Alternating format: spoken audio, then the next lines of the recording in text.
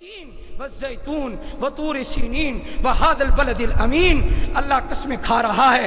اے اللہ کسی اور شہر کی تو نے قسم کھائی ہو؟ فرمایا نہیں. اگر کوئی اس سرزمین پر قسم کھانے کے لئے کوئی بلد ہے تو وہ صرف ایک بلد ہے. اے اللہ وہ کون سا بلد ہے؟ وہ مکہ المکرمہ کی سرزمین ہے. نبی علیہ السلام نے فرمایا کہ مکہ المکرمہ. آپ صلی اللہ علیہ وسلم نے منہ کیا جب آپ ہجرت کر کے جا رہے تھے. آپ نے کیا فرمایا؟ یا مکہ، اے مکہ میں کبھی نہ نکلتا، تجھ سے میں کبھی نہ جاتا. لولا انی اخرجت ما خرجت. سبحان اللہ، کیا پیارے الفاظ ہیں.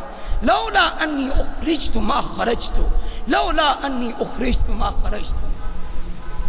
یہ اتنی محبت مکے کے ساتھ. سبحان اللہ، کبھی آپ نے اندازہ ہی نہیں لگایا یہ حدیث سنتے ہوئے. کیا فرمایا؟ اے مکہ، اے مکہ لولا انی اخرجت ما خرجت. مجھے نکالا نہ جاتا میں نہ نکلتا. ہائے ہائے، مجھے نکالا نہ جاتا میں نہ نکلتا. میں مجبوری میں جا رہا ہوں، میں مجبوری میں چھوڑ کے تجھے جا رہا ہوں. ایسے تھوڑے ہم تڑپ رہے ہیں مکے کے لیے، مدینے کے لیے.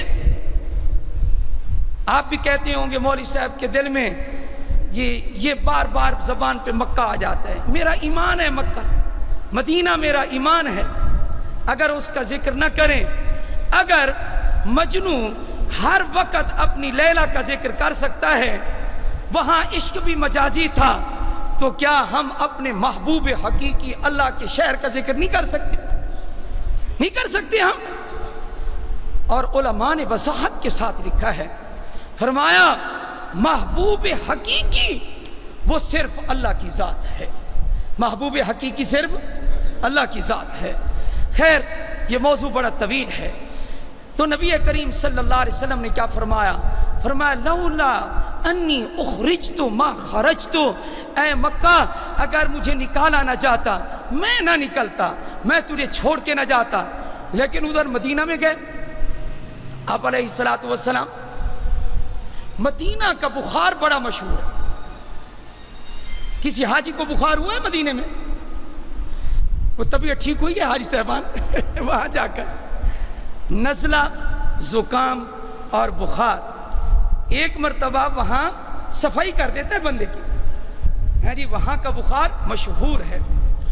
تو جب یہ حضرات ہجرت کر کے وہاں پہنچے، سیدنا ابو بکر صدیق، سیدنا بلال رضی اللہ تعالی عنہ، حضرت صدیق اکبر تو نبی علیہ السلام کے ساتھ ہجرت کر کے گئے. حضرت کو شدید بخار ہوگی، حضرت ابو بکر صدیق کو بخار ہوگی، حضرت بلال کو بخار ہوگی.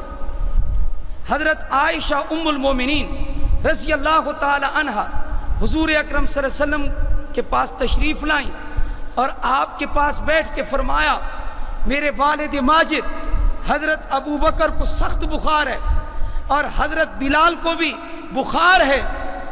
نبی کریم صلی اللہ علیہ وآلہ وسلم نے سنی بات اور یہ دونوں حضرات یاد کر رہے تھے، ہائے مکہ میں تو ہمیں بخار نہ ہوا، ادھر آ گئے ادھر بخار چڑھ گیا، ادھر تکلیف ہو رہی ہے. حضرات مکے کو یاد کر رہے تھے.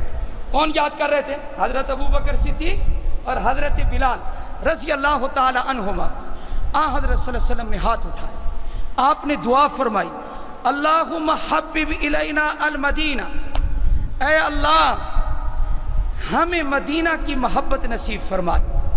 حضور نے دعا فرمائی، لیکن کیسے؟ کہ حبنا مکہ او اشد.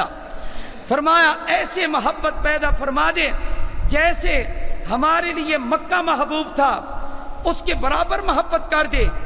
کس کے برابر کر دے؟ مدینے کی محبت کس کی محبت کے برابر کر دے؟ ہماری دونوں محبتیں برابر کر دے. آگے او اشد.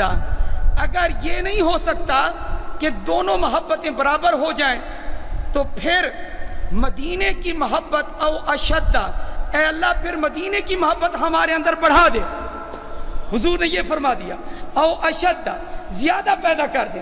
پھر آپ علیہ السلام نے فرمایا اے اللہ ہمیں مدینہ میں برکت عطا فرما، فی مدہا وسائہا، اس کے سا میں، اس کے مد میں اس کے پیمانوں میں، اس کے تول میں، اس کی اشیاء میں، ان کی چیزوں میں، فرمایا اہل مدینہ کی چیزوں میں برکت پیدا فرما دے۔